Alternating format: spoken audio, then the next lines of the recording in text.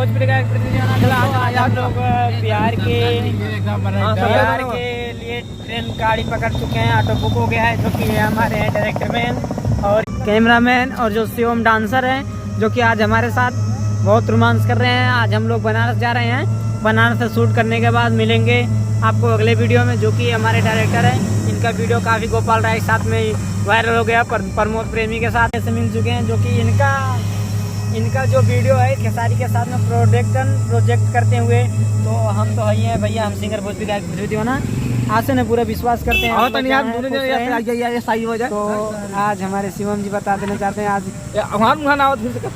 हम लोग छोटे छोटे कलाकारों से जो हमारे जोकनाथ चाचा हैं अभी बाहर में बैठे हुए हैं, जो कि वो बहुत अच्छा लेडीज लोग का मेकअप मैन करते हैं, मेकअप करते हैं और हम लोग का भी मेकअप करते हैं। और देखो ये हमारा प्रोजेक्ट कैमरामैन है।